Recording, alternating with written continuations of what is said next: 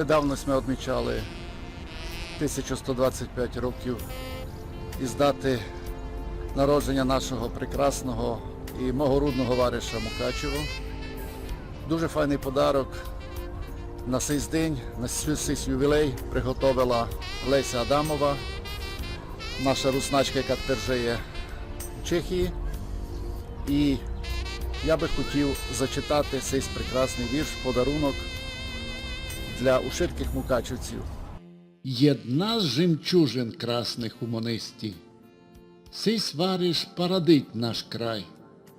В історії мав орсаги тернисті, не все життя у ньому було рай. Досігать у віки далекі кельтів і хорватів білих гордоє плем'я. Набігів знищений, бо він роздертий, вставав із попіляги Фенікс із огня. Мінялися імперії, пани і феодали, втікали гивода, роки й віки. Туй читавося пам'ятки остали, як тямка пробиття життя ріки.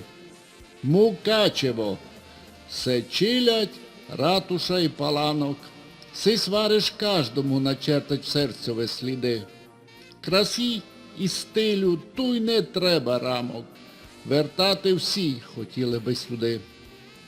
Мукачеву і мукачівцям желаву, найвариш їх і далі так цвіте. Наїпно і файнезно всіся мавуть, і святий Мартін сиренчу дає.